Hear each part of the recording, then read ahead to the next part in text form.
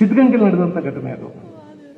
ನನಗೆ ಸಿದ್ಧಗಂಗೆ ಅವರೊಬ್ರು ಹೇಳಿದ್ದು, ನನಗೆ ಅದು ಅಲ್ಲಿಯೇ ದೊಡ್ಡವ್ರ ಹತ್ರ ತುಂಬಾ ವರ್ಷ ಇದ್ದವರು, ಅವ್ರು ಹೇಳಿದ್ದು, ಒಬ್ರು ಇಂಜಿನಿಯರ್, ಅವ್ರು ನನಗೆ ಹೇಳಿದ ಕತೆ. ಅವರ ಮಠದ ತೋಟದಲ್ಲಿ ತೆಂಗಿನಕಾಯಿ ಕಳವಾಯ್ತಿತ್ತಂತೆ. ತೆಂಗಿನಕಾಯಿ ಕಳವಾಯ್ತಿತ್ತಂತೆ. ಅವನು ಯಾವನ್ ಕದ್ದಿದ್ದ ಅಂತ ಗೊತ್ತಾಯ್ತಿರಲ್ಲ. ಅದು ಹೆಂಗೋ ಈ ಮಠದವ್ರ ಕಣ್ಣು ತಪ್ಪಿಸಿ ಕದ್ದು ಬಿಡೋದು. ಅವರು ಏನೆಲ್ಲ ಕಾದ್ರು ಇವ್ರು ಇಲ್ಲ ಅಂತ ಅದು ಹೆಂಗೋ ಗೊತ್ತು ಮಾಡ್ಕೊಂಡು ಕದಿಯೋದು. ಇವನು ಹಿಡಿಲೇಬೇಕು ಅಂತ ತೀರ್ಮಾನ ಮಾಡಿಬಿಟ್ಟು, ಯಾವನೋ ಕದಿತಾವನ್ನ ಹಿಡಿಲೇಬೇಕು ಅಂತ ತೀರ್ಮಾನ ಮಾಡಿ, ಇವರು ರಾತ್ರಿ ಎಲ್ಲ ಅಲ್ಲೆಲ್ಲೋ ಒಂದ್ ಕಡೆ ಒಂದು ಒಂದು ಅಡಕೊಳ್ಳೋ ಜಾಗದಲ್ಲಿ ಒಂದ್ ಜಾಗ ಮಾಡ್ಕೊಂಡು ಯಾರೂ ಗೊತ್ತಿಲ್ಲಂಗೆ ಅಲ್ಲಿ ಇದ್ರು. ಬಂದು ಸಾಕಲ್ಲ, ಸಿಕ್ಕಾಕೊಂಡ.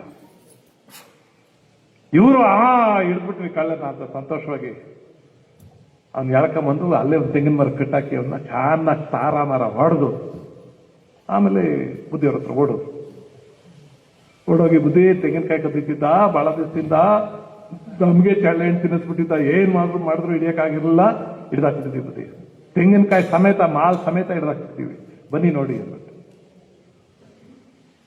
ಶಿವಕುಮಾರ ಸ್ವಾಮಿಗಳು ಅವರು ಹೌದೇನ್ರು ಹಿಡ್ದಾಕಿದ್ದೀರೇನ್ರು, ನೋಡ್ತೀನಿ ತಾಳ್ರು ಅಂತ, ಏನ್ ಅಲ್ಲಿಂದ ಬರ ಬರ ಬರ ಬರ ಬರ ಬರ ಅವ್ರು ಇನ್ನೂ ದೃಢವಾಗಿದ್ದಾಗ ಬರ ಬರ ಬರ ಬಂದಿರುತ್ತೆ.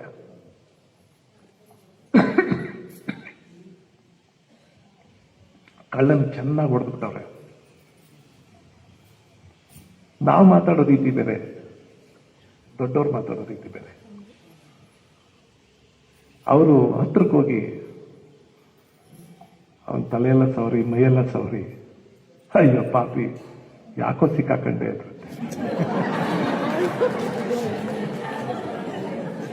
ಅಲ್ಲ, ಯಾಕೋ ಕದ್ದೆ ಅಂತ ಕೇಳಲಿಲ್ಲ.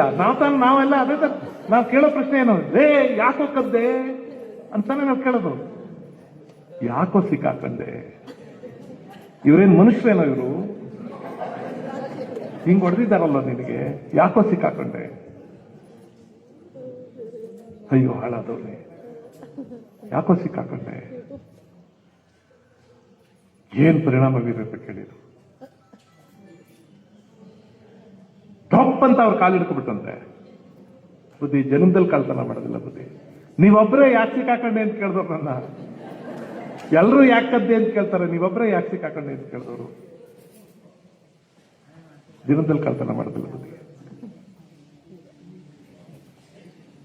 ಬಾ ನನ್ನ ಜೊತೆಲಿ ಕರ್ಕೊಂಡೋಗಿ ಮುಂದ್ಗಡೆ ಕೂತ್ಕೊಂಡು ಊಟ ಹಾಕಿಸ್ತಾರೆ. ಅದ್ ಮುಂದ್ಗಡೆ ಪಾಯಸ ಹಾಕ್ರೋ, ಬೂಂದಿ ಹಾಕ್ರೋ ಅಂತ ಕೂತ್ಕೊಂಡು ಊಟ ಹಾಕ್ತಾರೆ. ಬಡವ ಕಣೋ, ಹೊಡೆದು ಬಿಟ್ಟಿದ್ದೀರಿ ಕಣೋ, ರಾತ್ರಿಯಿಂದ ಊಟ ಮಾಡಿಲ್ಲ ಕಣೋ, ಹಾಕ್ರೋ, ಇನ್ನೊಂಚೂರು ಹಾಕ್ರೋ, ತಿನ್ನಪ್ಪ, ನಿಧಾನವಾಗಿ ತಿನ್ನು ಅಂತ ತಿನ್ಸಿಟ್ರಂತೆ. ಅವ್ನು ತಿಂದ್ಮೇಲೆ 100 ರೂಪಾಯಿ ಕೊಟ್ಟು ಹೋಗು ಅಂತ. ನಾನೆಲ್ಲೂ ಹೋಗೋದಿಲ್ಲ ಬುದ್ಧಿ, ಸಾಯ ಗಂಟ ಮಾಡ್ತಲೇ ಇರ್ತೀನಿ ಅಂತ. 40 ವರ್ಷ ಇತ್ತಂತೆ ಮಾಡ್ತಲ್ಲ ಅವನು, 40 ವರ್ಷ ಇತ್ತಂತೆ.